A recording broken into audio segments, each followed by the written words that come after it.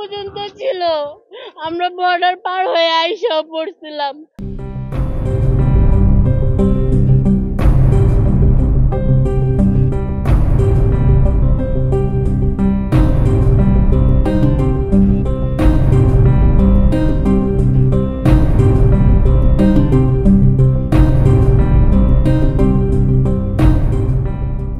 আমার ভাই এই পর্যন্ত ছিল, আমরা বর্ডার পার হয়ে আইসাও পড়ছিলাম।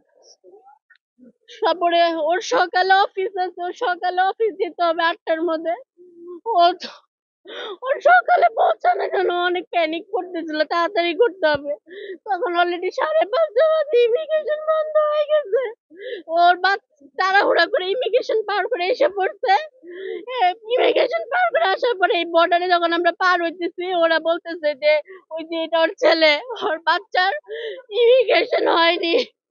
পরে ও আবার দৌড়ায় আবার গেছে ইমিগ্রেশনে সিল আনতে।